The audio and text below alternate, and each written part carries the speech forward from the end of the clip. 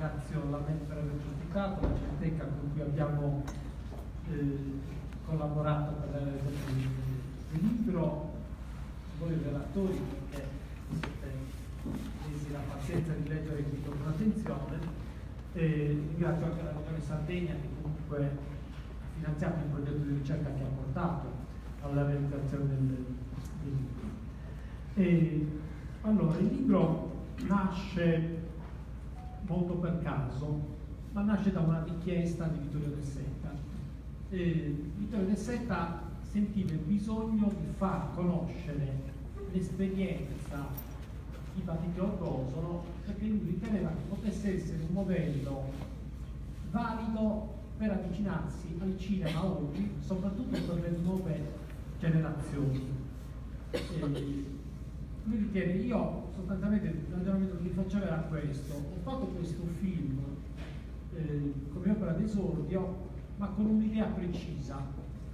che si è poi negli anni rivelata vincente, perché Vanity Orgosolo è diventato progressivamente un classico del cinema, ma il mio modo di far cinema poi si è affermato. Molti delle giovani generazioni hanno utilizzato questo modello, alcuni in maniera proprio implicita, sapendo di ispirarsi a Vittorio De Seta, altri senza sapere che Vittorio De Seta l'ha elaborato questo modello. Quando io sono andato a parlare con lui l'ultima volta, che era il settembre del 2011, e poi lui, due mesi dopo, è morto,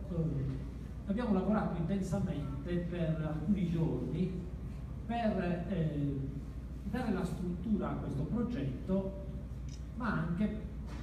io lo intervistavo a lungo e abbiamo fatto stati giornate di lavoro intenso.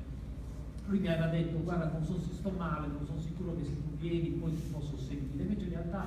aveva lavorato con una disponibilità, io rimanevo a bocca aperta, rispondeva. Ma la cosa più interessante di queste chiacchierate con De Seta erano non tanto le cose che diceva, che forse io sapevo più di lui, scusate la presunzione, però quando uno fa il mestiere che faccio io, arriva a fare un'intervista dopo che si è già letto tutte le interviste che uno ha rilasciato, e quindi sapevo i dettagli, perché lui a 80 anni, essendo passati più di 50 anni dall'uscita del libro, interviste ne aveva fatto davvero tante, e io credo di averne letto molte, se non tutte, per cui sapevo già più o meno qual erano i percorsi. A me non interessava in fondo scoprire cose nuove nelle interviste, perché qui apro una parentesi: da storico del cinema non mi fido delle interviste che fanno gli autori, perché gli autori, i registi, ma fanno quello che diceva Sergio Azzeni a proposito del figlio di Valpolita, ma briciola secca diventa fuori una pagnotta grassa e fumata, che trasformano, rielaborano e in base all'interlocutore adattano i testi. Le interviste di De Seta cambiano a seconda che siano rivolte al giornalista dell'Unione Sarda o al giornalista del New York Times, se parla con me o se parla con Sergio, se parla con Salvatore Meleo o se parla con uno di Orgosolo. Le testimonianze erano diverse